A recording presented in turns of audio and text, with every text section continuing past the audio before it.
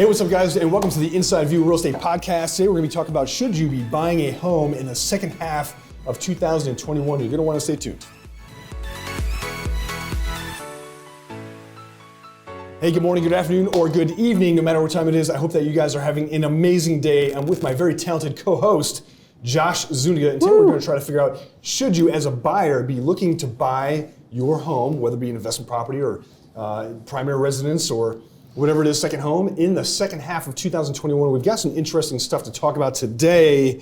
Josh, tell me your thoughts on the real estate market. I know we had talked previously about, it being a seller market, very seller driven right now. But I feel a little tingle. Yeah, definitely. I feel a little tingle, and I can't really figure out what is that tingle that I'm feeling. Buyers, if you guys tuned into our last week's episode, saddle up, okay? Saddle up. There's definitely a shift happening in the market. We're starting to see some relief, which is beautiful. We're starting to see price reductions in the actual market themselves. Inventory is starting to increase, so now there's going to be more options. I've been actually going out there and making offers, and instead of having 15, 20 offers, I'm seeing maybe 3 or 5, or I'm even the only one. I actually made an offer out last week with concessions on it. Wow. And we got it accepted. It wasn't like the whole amount, but we definitely got some concessions. Do you know Ashley put an offer in on a property in Flagstaff? Property listed at $450 or $465. Yeah. She got it under contract for $325,000. Holy smokes. That's a true story. Wow. That's a true story. Now, was it already overpriced? Yeah. By $100,000? By a little bit. Okay. But the property, cash, took it as is, which might have had a little bit of impact on it, but $125,000 off. That's insane. That's impressive. It's Great impressive. job, Ashley. If you're listening to this, good job. That's very great. proud of you. Yeah. Very well done. Very, very proud of you. But, we are seeing, even on my listings right now, where I'm like, oh shit, might have to do a price reduction, or oh shit, only have one offer. So like the tone of the market has changed. Yeah. And it happened quick. Yeah. Absolutely. Within the last, 30 to 45 days, you definitely saw a huge shift, a huge drop. Yes. It started probably in the beginning of May. We even, obviously, we tuned into another, one of the episodes that were the CEO of Redfin. He was saying definitely, before Memorial Day, there was a huge decrease. And after Memorial Day, when everybody back got on vacation, you started to see it come up again. And he said so himself, the market was blazing hot in the beginning of the year, and now it's getting down to hot instead of blazing hot. Yeah, and I think as we see more inventory, here's what usually happens. Perception of the market usually becomes reality. Glad you brought that up. That's what I was going to say. And so people are perceiving a cool off. And so what happens is the seller's like, ooh, maybe I shouldn't overprice that, or ooh, maybe I should sell now. And then the pendulum tends to swing the other way pretty quickly. Now I think in the Phoenix market, which is different than a lot of the other markets, especially in the Northeast, Northwest, Midwest, we're seeing something different there than we are here in the Sun Belts. But here in the Sun Belt, specifically Phoenix, there's so much migration pattern that's happening that all the foreigners, for lack of a better word, are immigrating into Phoenix, and so we're seeing that demand propped up. So I think the absorption rate might not change a lot, but I think we're going to have a little bit more selection. Buyers will have more inventory to choose from. Buyers won't feel like, hey, they're super rushed to make a decision, the first time they see a property.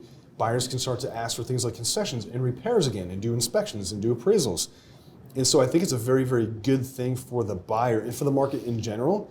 I really don't like to see it swung one way or the other. I like to see a very neutral market, in a fair and balanced market, where we do have a lot of disclosure. We have time to do due diligence. We have time to do things like appraisals. We have time to, consider the property and other options. Yeah. And so, from a real estate advisor point of view, I've been telling my sellers for the last 3 or 4 months to sell, and I've been telling my buyers to hold off.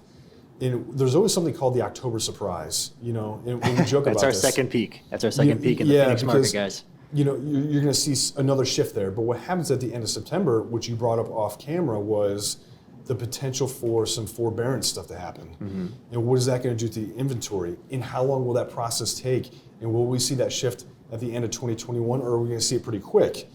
What's your temperament on that? Well, just like obviously you're going back, the climate and the perception of what the market is. Because subconsciously we're starting to feel, a different change in the climate of actually what's going on and what's occurring.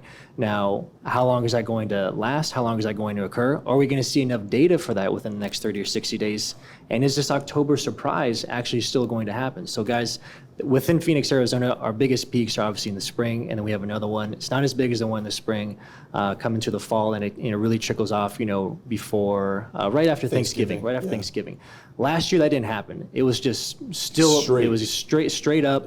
But if we are going back to, like you were saying, somewhat of a normalcy as far as the market with the inspections and the appraisals and asking for repairs and some, things of that nature, then yeah, I think it would be best for the buyers to start getting prepared, get back into the market and get back into the hot seat, as far as even looking at homes, getting pre-qualified, because if there is some type of opportunity that comes to hit the market with forbearance, if that's an option, you want to make sure that you're prepared. Okay. Yes. If there's some snags that you have in your credit, sometimes those take 30 or 60 days, to get those relieved, from there. Totally. If you have to come up and figure out some different funds or pull from different areas, or maybe you have to do a co-signer, you want to start having those conversations now, because the market is only going to be advantageous to those that are actually going to put in the work and actually be prepared to make those kind of decisions. So you guys need to get on it. I'm being completely honest, because I have buyers and